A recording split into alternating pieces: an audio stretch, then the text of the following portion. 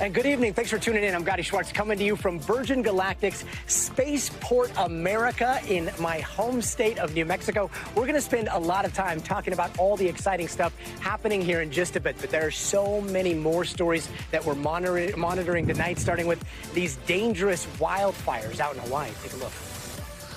I was the last one off the dock when the firestorm came through the banyan tree and took everything with it. And officials say at least 6 people have been killed on the island of Maui as walls of flame tear through historic villages and popular tourist areas. We're going to bring you the latest on the search and rescue efforts there. And FBI agents shoot and kill a man in Utah who was making threats against President Biden. How the situation escalated and turned deadly. And like we mentioned, we're out here in New Mexico in the desert, a future gateway to space ahead of Virgin Galactic's next commercial flight. We're going to introduce you to the 3 civilian astronauts to be and give you and let you talk to the folks who could send you up into space for free. When astronauts go to space and they look back down at our interconnected, fragile, finite, beautiful planet, it causes a shift in people's minds.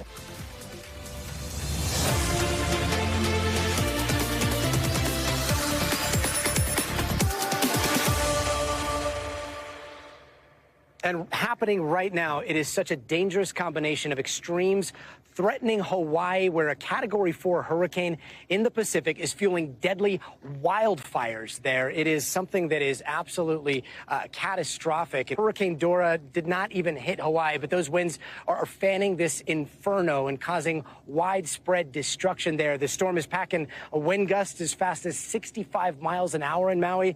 That is a recipe for a horrific firestorm, and flames are so huge, they are moving so quickly that people are literally running and jumping into the ocean to try to get away from those flames.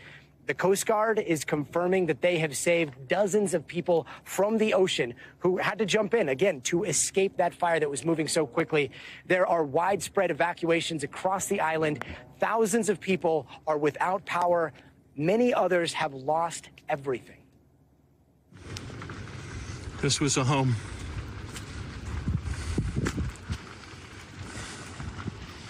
There's their car.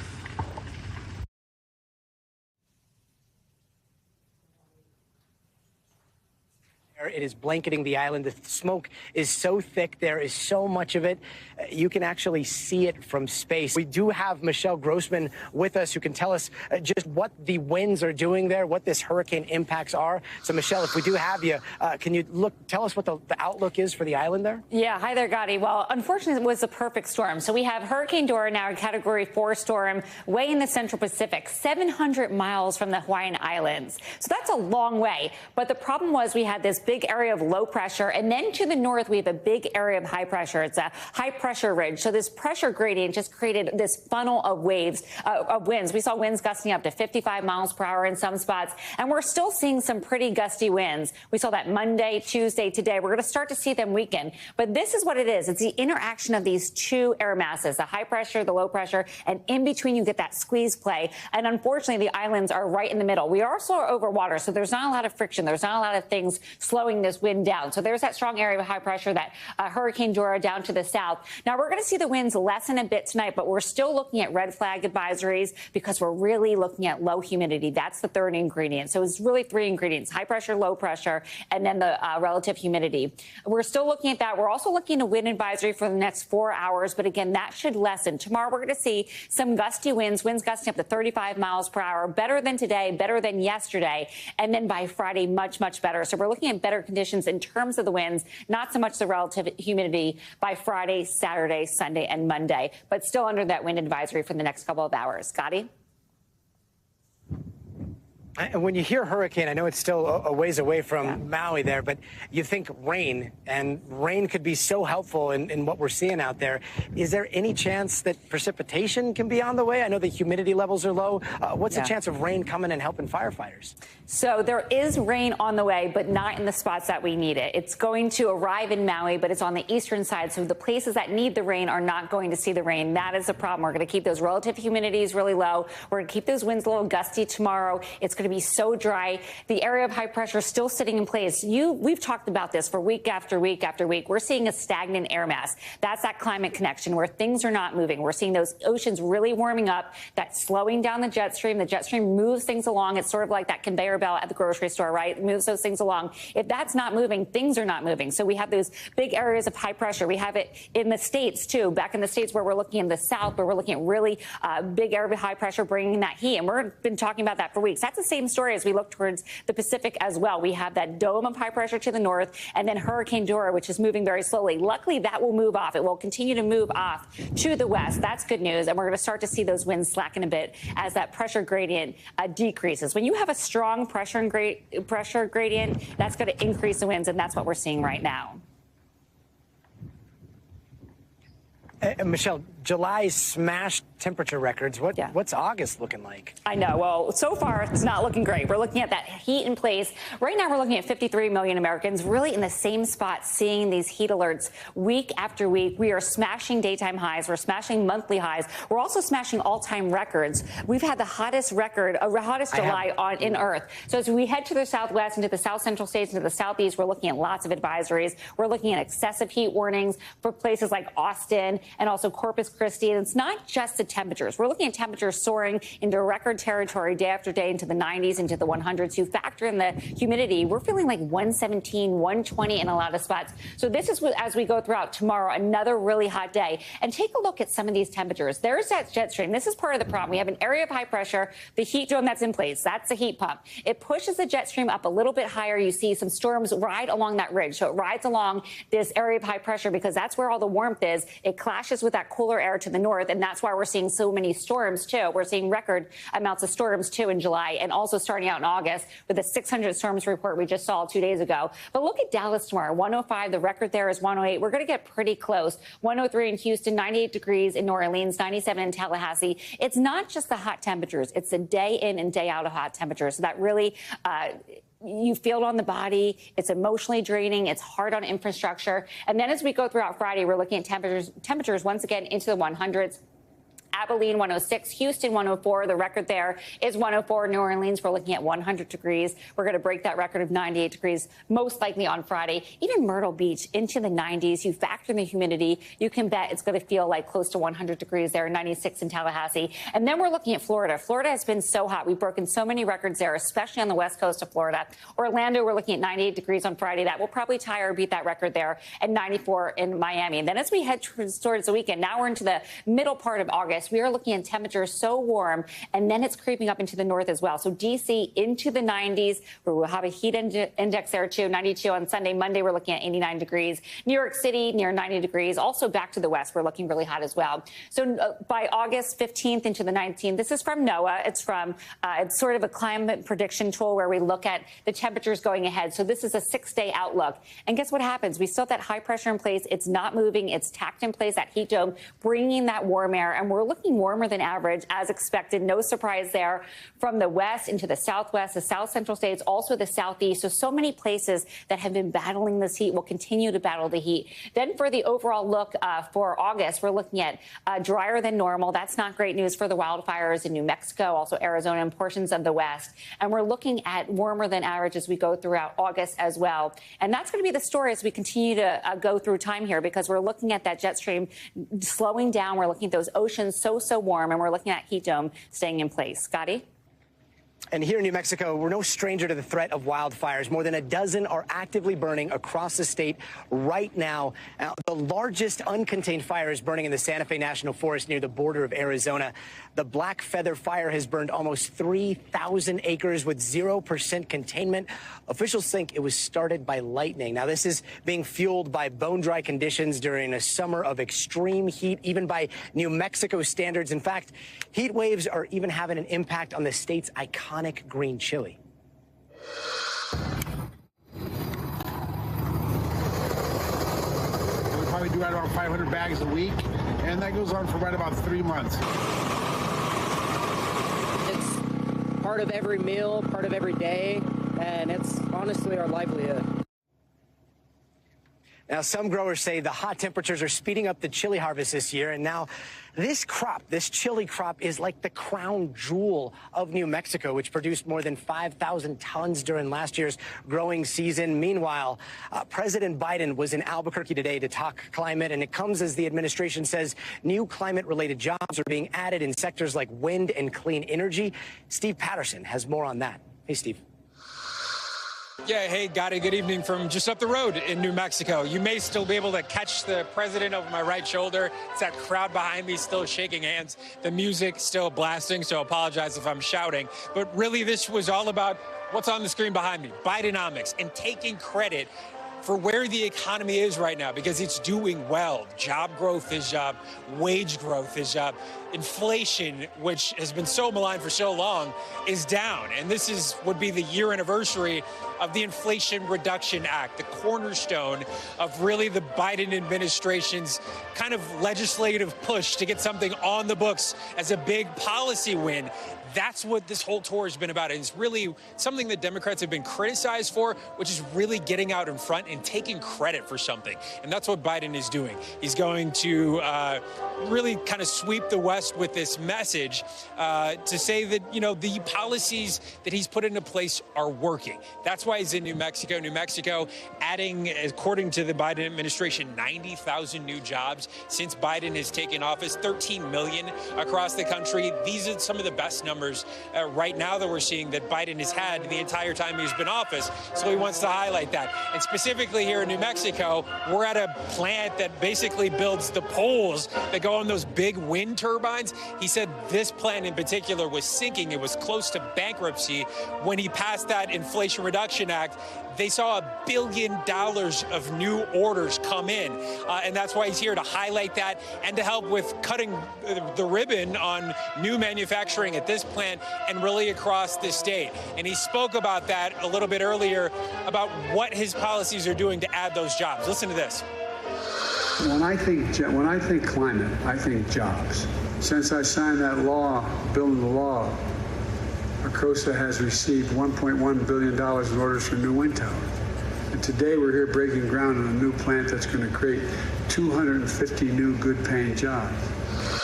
And again, that's his message, that Bidenomics, a word that he repeated over and over again throughout his speech, is working toward creating new jobs. That not only are his policies creating new jobs, his policies are creating the conditions in which clean energy is creating new jobs, that he can bring back a whole new sector of manufacturing just by having these policies in place. And that we've seen, you know, with the way that job growth is going, that it's directly correlated. He wants to take credit for that. He also wants to get above the noise of so much of the headlines being about the Trump administration, Trump and his legal woes, Trump and his opponents' reaction to Trump's legal woes.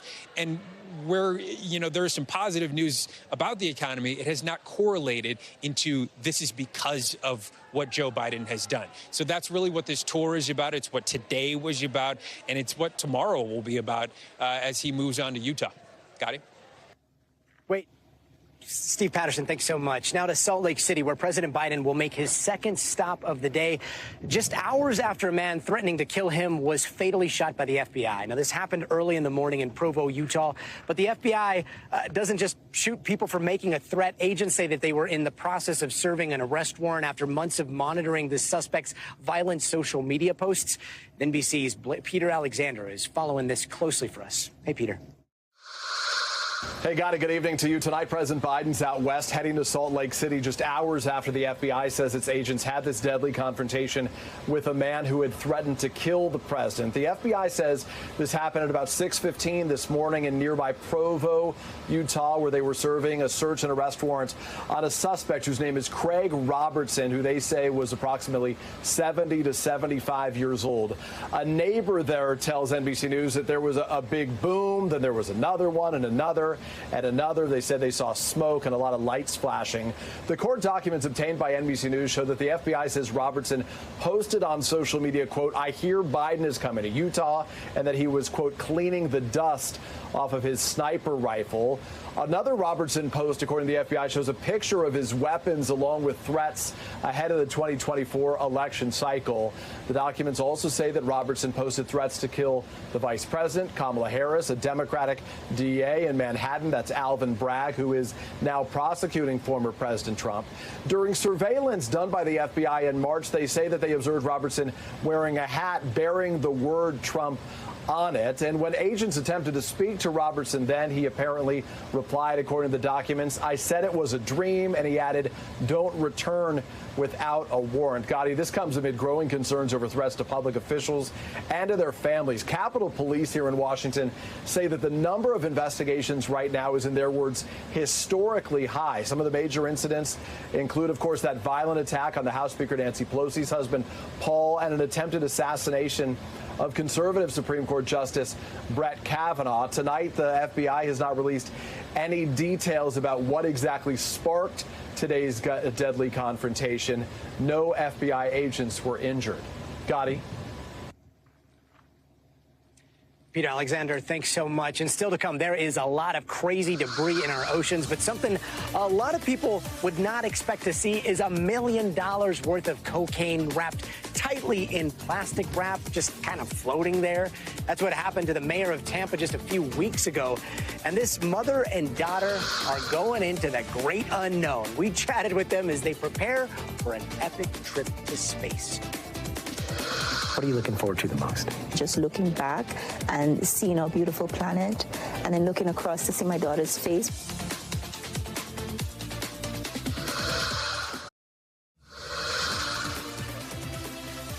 Welcome back, and here's some of the other headlines we're watching tonight. California Senator Dianne Feinstein went to the hospital last night after falling at her home in San Francisco.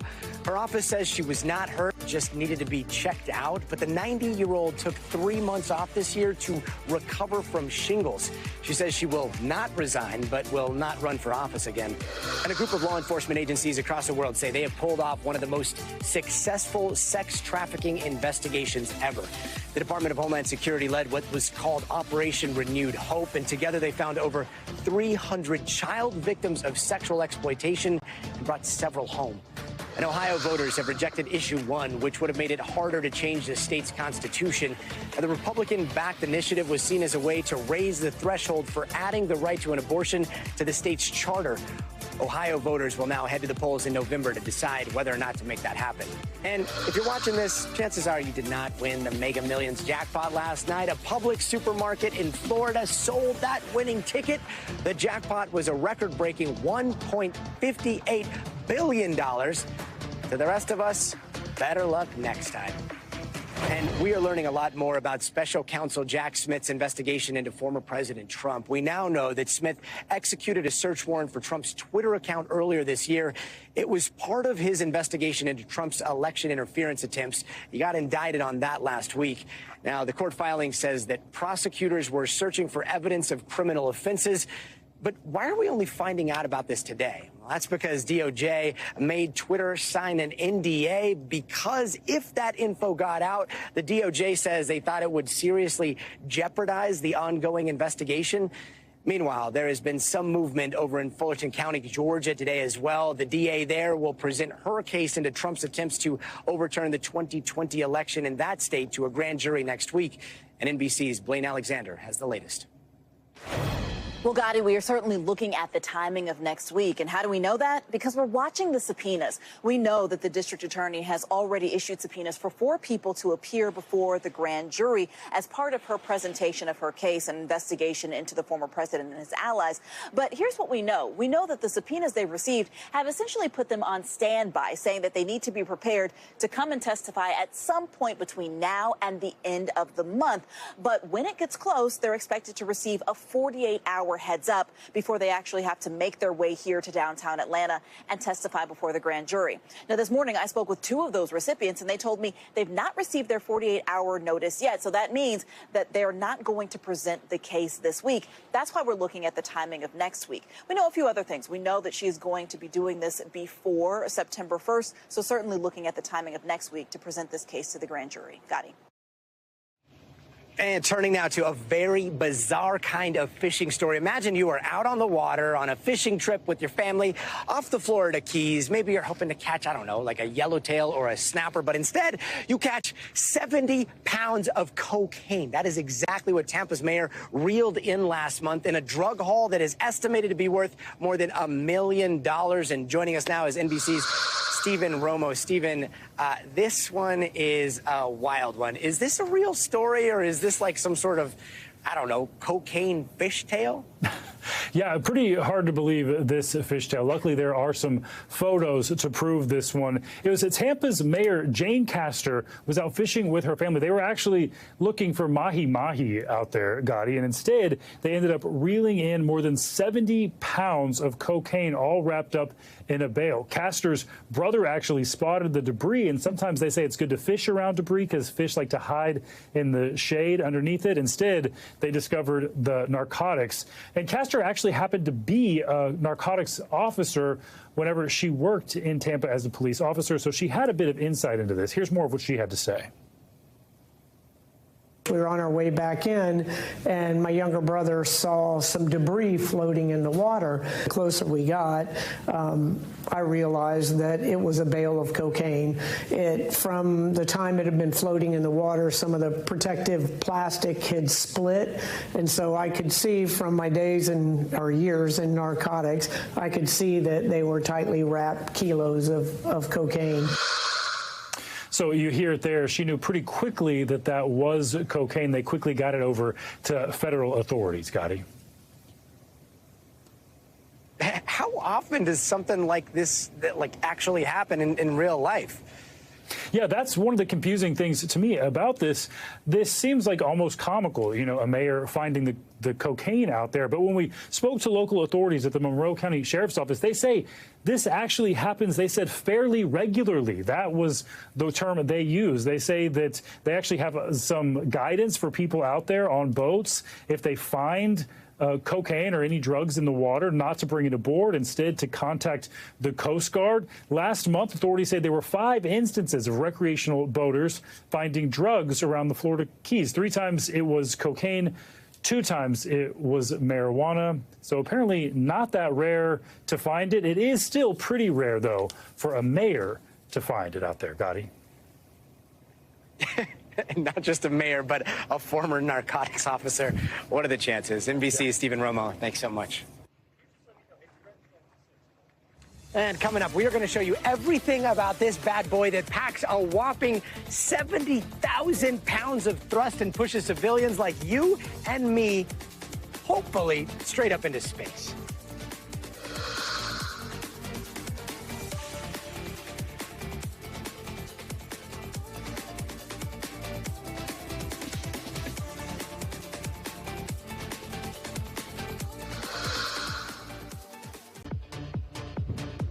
Hey there, welcome back. And here is what's happening right now in the West. It's been 100 days now since the Hollywood writers' strike started. We've seen people on the picket lines pretty much every single day demanding a better contract.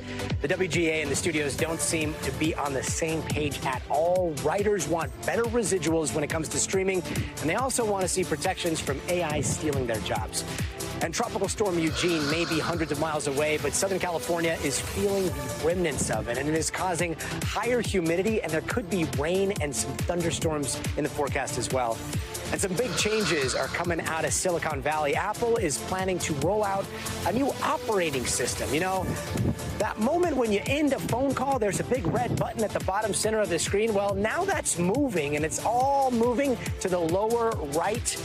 That's going to take some getting used to. Now, turning to a favorite spot in Los Angeles, Anna Jack Thai used to be a popular spot in Los Angeles, and now a second-generation chef is taking the family-run business to new heights. They have racked up top awards, turning into a celebrity hangout spot, and you are about to see why. Here's NBC's Jacob Soboroff with the story. In this narrow kitchen in Los Angeles, second-generation chef-owner Justin Pichit-Rungsi has unexpectedly breathed new life into his family's restaurant. This is so epic, like beyond epic. Anajak Thai was founded 42 years ago, the American dream of Justin's father, Shavalit Ricky Pichit-Rungsi. First day we got a sale, not even $100. Chef Ricky and his wife Radicorn raised their family inside these walls, dreaming of their children's futures outside of the restaurant. In 2019, Ricky's dream took a detour. He suffered a debilitating stroke that left him unable to work and the future of Anajak uncertain. Kind of signed to let me stop to not work that hard. I work every day. 1981 to 2019, every day. Every day, from 9 to 12, every day. Meanwhile, their son Justin had embarked on his own successful career at Disney as an Imagineer. I would work at Disney, 6 p.m., I'd jet over here, I'd wait tables, and then I was living this sort of dual, life. After his father's stroke, Justin was forced to make a decision, one that would change his life and the destiny of the restaurant. I was the only one that knew which markets to go to buy those specific things, his recipes, how to interpret them, how to communicate with the cooks. Just had to learn how to do his job. I had to fill his shoes. Then in 2020, the COVID pandemic hit. Business at Anajak ground to a halt, but Justin saw opportunity. That quiet time led to boredom, and it led to depression and anxiety, and then eventually just a calmness, and then we could think clearly. It gave us time to find our voice. And through that came the reinvention, doing things like Thai Taco Tuesday. Thai Taco Tuesday, what started as one table in the alley beside the restaurant, became a symbol of the transformation and triumph of Anajak. A weekly party boosted by support from regulars, including celebrities Chrissy Teigen and John Legend, fans of his since the beginning. Then came the accolades, and they came fast and big. We did it! Most recently, the Food World's Oscar, the James Beard Award, Best Chef, California. I'd love to thank my parents because they are my greatest allies. We never dreamed that far. James Beard Award is like, oh my God. I don't think this was a part of the immigrant's dream. I gave it to my mom. My mom's like wearing it around. She's all giddy and happy, and she's cutting mangoes, so you realize she's getting mango all over it. Yeah, let's do it. Why not make it luxurious? Crab it up. Learning to make one of my favorite dishes, crab fried rice. I threw in some garlic, some spices, but let's be honest, I'm not here to cook. I'm here to eat.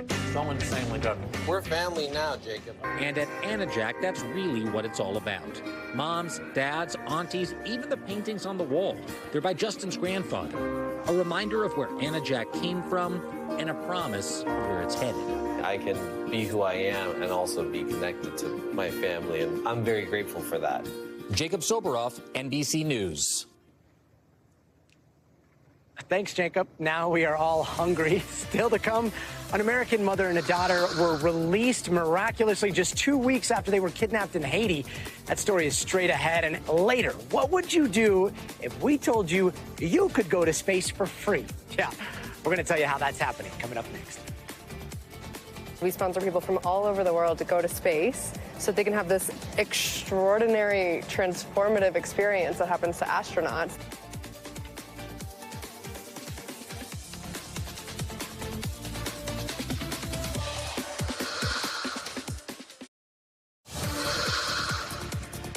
Hey there, welcome back. And let's take a quick look around the world in 80 seconds. An American nurse and her child who were kidnapped in Haiti last month were thankfully released. They were abducted last month near Port-au-Prince, and the State Department has asked for privacy at this moment for the family and their friends.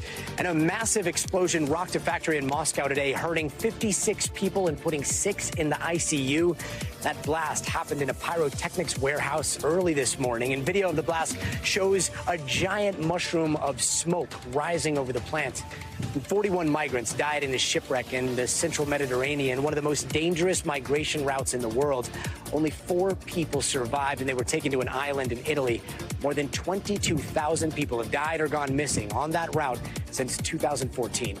And lastly, before we go to our last headline, I want to show you where I'm standing, because just over the mountain ranges behind me is the Trinity nuclear test site that took place back in 1945. That same atomic bomb was then later dropped on Hiroshima and Nagasaki in Japan.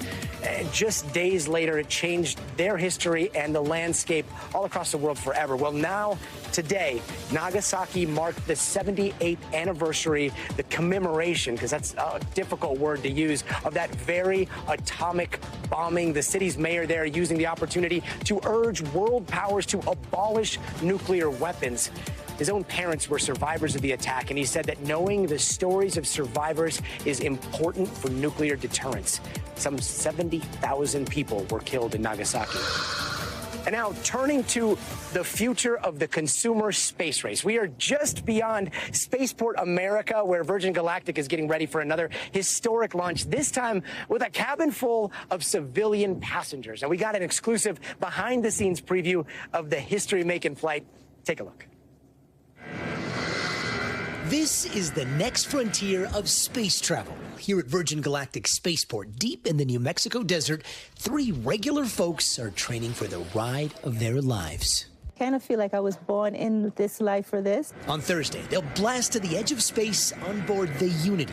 I was once a child with a dream, looking up to the stars. Now I'm an adult in a spaceship. The same ship that rocketed Virgin Galactic founder Sir Richard Branson and his crew to space in 2021, 53 miles above the Earth, at speeds of more than 2,300 miles an hour. All right. But this next space trip will be Virgin Galactic's first with civilian passenger astronauts only. People like Keisha Shahoff and her 18-year-old daughter, Anna. Natives of Antigua, they'll be the first mother and daughter duo in history to go to space and the first astronauts ever from the Caribbean. For these astronomy buffs, it's been a dream since childhood. I'm hoping to give myself that confidence to try new things. What are you looking forward to the most? Just looking back and seeing our beautiful planet, and then looking across to see my daughter's face. The third passenger, 80-year-old John Goodwin, a former Olympian from England and a lifelong adventurer who's also battling Parkinson's disease. Just shows you this attitude of space for all is a wonderful attitude. These passengers undergo 3 days of rigorous training to prepare for the 90-minute flight, including 3 minutes of total weightlessness. It's almost that moment where until you actually come in and they're counting down, you're all of a sudden like, oh, we're really going to do this thing. In about 12 hours, Kelly Latimer will take the helm of Unity as it detaches from its mothership. It feels like we're at the turning point of a new age of space travel. And to get a little taste of this new kind of astronaut life, when the astronauts pull up from the front, it almost looks like we're in this secret bunker in the middle of the desert. And this is already looking otherworldly. I see the greeting here. Wow. Hello, Gadi. Welcome to Spaceport America. Virgin Galactic CEO showed us a little bit of what their astronauts experience here on Earth before they blast off. The only people who go from this point forward are the astronauts. So, you want to take a sneak peek? Yes. Sneak peek. Let's go. Oh, wow. Goodbye, Earth. Then it was time to climb into their simulator. You want to go and fly it? I would love to fly it. To find out what to expect, I took a spin in their cockpit simulator with Chief Pilot Dave McKay. I'm going to pitch it up into the vertical. Wow. We're climbing. And there's planet Earth above us now. Wow. Exactly, yes. Even in this simulator, Earth just seems like a miracle. Yeah, it is. It's a very, very beautiful thing. All this part of British billionaire Sir Richard Branson's quest to make space travel accessible to everyone. More than 800 people on his wait list for a seat, with current ticket prices at $450,000. Though Keisha and Anna scored their spots for free by winning a lottery, getting the news from Sir Richard Branson himself. You're going to space! Hopefully, this will inspire other people as well. Take your dreams back out, conquer your fears, and go get them.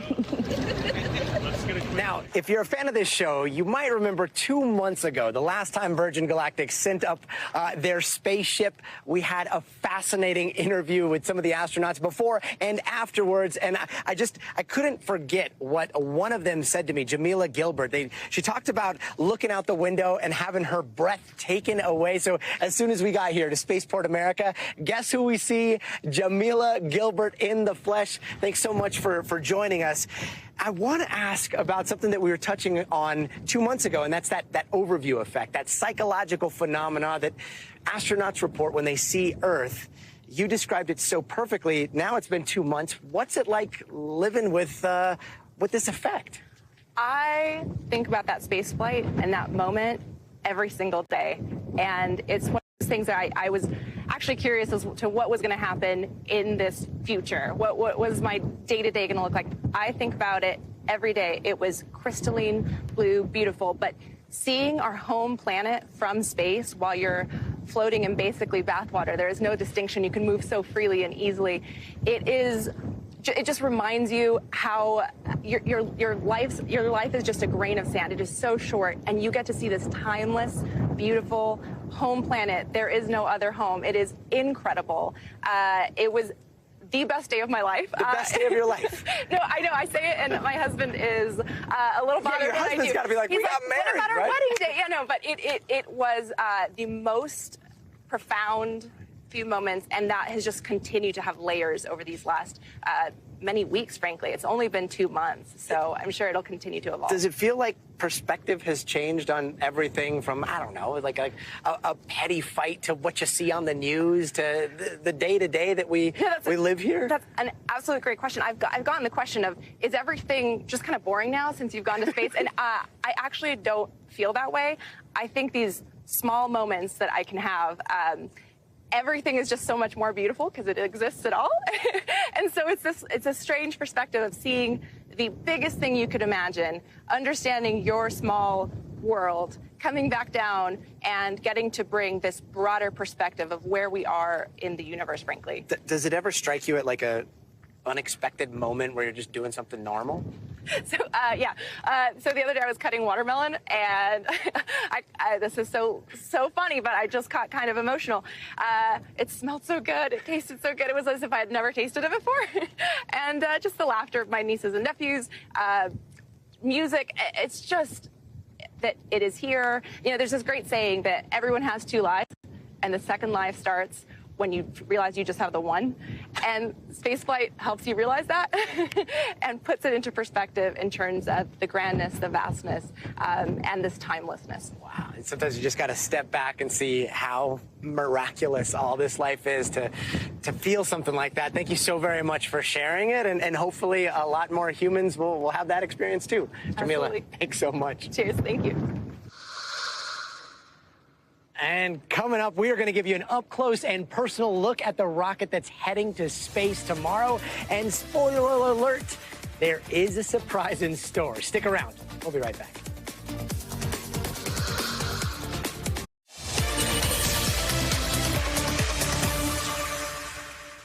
All right, so by now, I know some of you are pretty excited about space, but here's the best part. You can go to space too for free, and we spoke to an organization committed to showing regular people like you and me the wonders of the great beyond. Okay, so a lot of people at this point have been watching this and they're thinking, wow, that is amazing, but then also looking at the price of the ticket, $450,000 for this trip, and being like, okay, well, I guess I'm out. However, we have found the only person representing the organization that is looking to get people up into space for free here at Spaceport America. First of all, tell me everything about your organization, what you guys are doing, and how can people sign up? Yeah, absolutely. So Space for Humanity is a nonprofit organization. As you said, we sponsor people from all over the world to go to space so they can have this extraordinary, transformative experience that happens to astronauts that Virgin Galactic speaks so beautifully about. It's called the overview effect. When astronauts go to space and they look back down at our interconnected, fragile, finite, beautiful planet, it causes a shift in people's minds, and they come back down completely changed. And you all were so involved in getting Keisha and Anna up into space. How do people sign up? So we take applications on our website, so spaceforhumanity.org. I will say applications are not currently open. Because you guys are selecting the next astronaut. We are right? selecting the next astronaut right now. And yeah, so we'll be reopening in the next few months. And then we'll do it on an annual basis. So right now, last year we sent 2 people to space. This year, I can't announce how many we'll be sending. Soon. You'll see it here first. Exactly, right? exactly, yeah. And then in future years, we're hoping for more and more and more. We're hoping for full crews of people up to space through us. So yeah, it's getting more and more accessible. So for anyone watching, I would invite them to apply. You're going to need somebody to document it. Yes. I'm down. I just want to put that out there. Thank you so very much for joining us. That's so exciting. Absolutely. And finally tonight, I want to show you something because I didn't really get this perspective until I was up close and personal to this, so I want to show you the same thing. This is a replica of the VSS Unity that we're going to see launch tomorrow. This is how big it is. It's pretty squat. Crazy thing is, this is a glider, but it has this incredible design. First of all, you see that engine? That is a hybrid rocket. It's going to be pushing 70,000 pounds of thrust behind it, and this is going to be launched from a mothership. As soon as it is, they're going to light that thing. It is going to go Mach 3 times the speed of sound, and that's when it is starting to climb up into space. When it does climb, you see these weird-looking fins here. These actually rotate. They feather out. So it climbs up into space. It goes inverted. It gives the people inside, when they become weightless, the ability to look out those portholes and see Earth below or Earth above, depending on their orientation. Then this thing rolls over, and this is where the design gets really ingenious. These wings, they feather out like this. So all of a sudden they're sitting like this as we see them, and then they go up like this because they want the entire ship to come down exactly in the format that you see right now. They don't want it pointing straight down because that would be entry at way too high of a velocity. So this almost acts like a parachute. The bottom of the ship acts like a parachute. Then as soon as they come into orbit, they enter the atmosphere. Once they're past the atmosphere and they slow down, those wings rotate back over. Then this starts to glide all throughout the New Mexico desert. And this is the craziest part. Check this out. So these 2 wings, they touch down. It's still sitting like this. It's coming down on the landing pad over here, about 100 knots. The nose is still up. This right here, this is a landing skid. This is the craziest part for me. Look at this right there.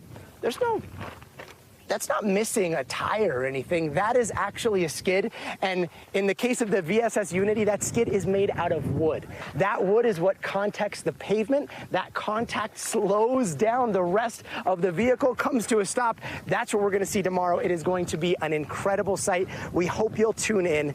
For now, I'm Gadi Schwartz. Thanks so much for watching. But until then, stay tuned now.